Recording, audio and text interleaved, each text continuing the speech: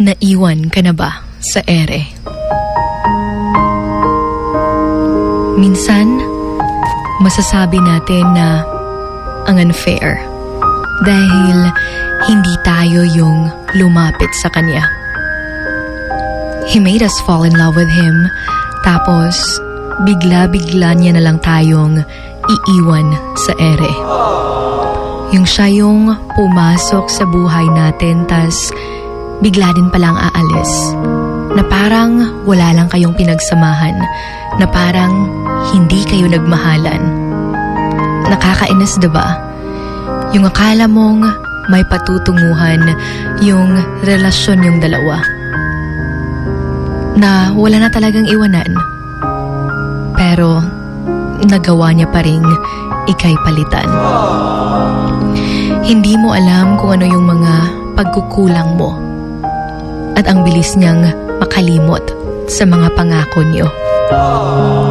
You even tried to reach out sa kanya, pero ramdam mo na ayaw na niya talaga.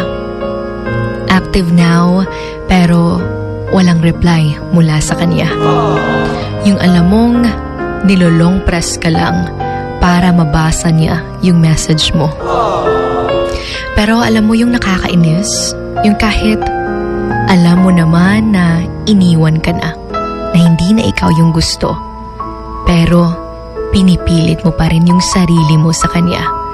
Siguro ganyan talaga kapag mahal mo, lahat kaya mo talagang gawin para sa kanya kahit hindi na kayong dalawa. Marami kasi yung nagnanais na baka bumalik muli, na baka meron pang second chance, na baka nga magkakabalikan pa kayong dalawa. Pero mahirap at masakit talaga eh. Nag-overthink ka kung paano kaya kung kayo pang dalawa. Malipayon pa siguro mong duha.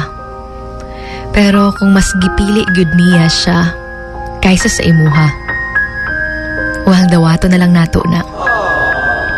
Take note to never force anyone to stay in your life, because if they really want you, they will stay. Because staying is a choice. We can force someone to give efforts to us.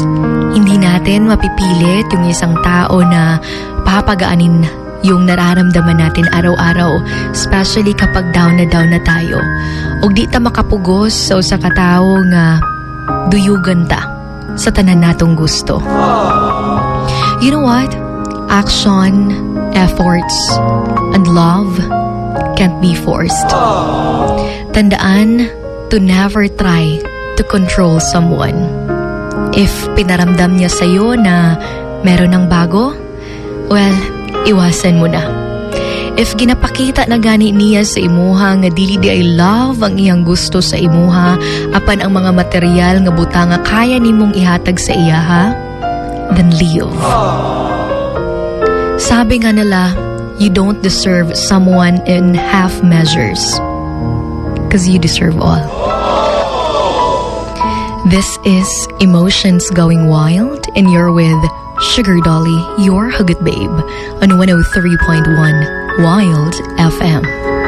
Emotions Going Wild. Wild FM. Emotions Going Wild. Wild FM.